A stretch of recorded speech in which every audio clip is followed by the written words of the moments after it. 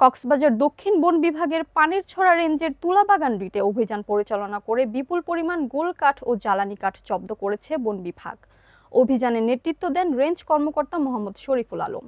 উখিয়া প্রতিনিধি সালাউদ্দিনের পাঠানো তথ্যচিত্রে বিস্তারিত জানাচ্ছেন অরণি আক্তার। গতকাল 2 সেপ্টেম্বর রাত 9:30টার দিকে কক্সবাজার দক্ষিণ বন বিভাগের পানিরছড়া রেঞ্জের তুলাবাগান বিটে অভিযান পরিচালনা করে বন বিভাগ।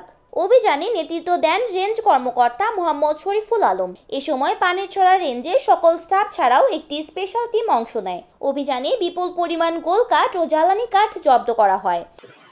গতকাল রাত 9:30টার দিকে আমরা গোপন সংবাদের ভিত্তিতে পানিরছড়া রেঞ্জের তুলাবাগান বিটের বাদিতলা নামক স্থানে আমরা গোপন সংবাদের ভিত্তিতে খবর পাই যে ওখানে স্থানীয় লোকজন আমাদের রক্ষিত বনের বেশ কয়েকটা গাছ কাটতেছে। এই খবর পেয়ে আমরা আমাদের স্টাফ যারা ছিল স্টাফ এবং কক্সবাজার স্পেশাল টিম যেটা আছে তাদেরকে নিয়ে আমরা বাদিতলা স্থানে যাই এবং আমাদের যাওয়ার খবর পেয়ে গাছ চোর যারা ছিল তারা দ্রুত পালিয়ে যায় এবং ওদের যে ওরা ডাম্পার নিয়ে আসছিল আমাদের খবর পেয়ে তারা খালি ডাম্পার নিয়ে চলে যায় মালামাল স্পটে ফেলে দিয়ে।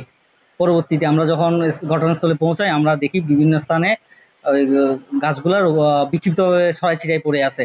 পরবর্তীতে আমি রেঞ্জ কর্মকর্তা মোহাম্মদ শরীফুল আলম আপনার ডাম্পার ভাড়া করে নিয়ে আমাদের লেবার সহযোগে ওই মালামালগুলো জব্দ করি এবং জব্দ করে সেটা রেঞ্জ অফিসে নিয়ে আসি এবং আজকে সেটা আমাদের বিভাগীয় ব্যবস্থা যেটা আছে আইনানুগ ব্যবস্থা মামলা সেটা ডাইরেক্ট প্রস্তুতি চলছে এবং আমাদের যে রেঞ্জ বিট কর্মকর্তা যারা ছিল এবং অন্যান্য স্টাফ ছিল তারা আমাদেরকে যথেষ্ট সহযোগিতা করছে।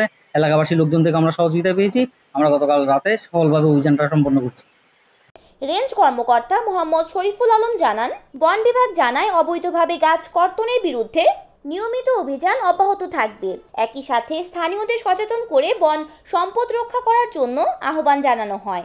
অবৈধ গাছ কর্তনের বিরুদ্ধে এমন অভিযান আরও জোরদার করার আশ্বাস দিয়েছেন বন বিভাগ।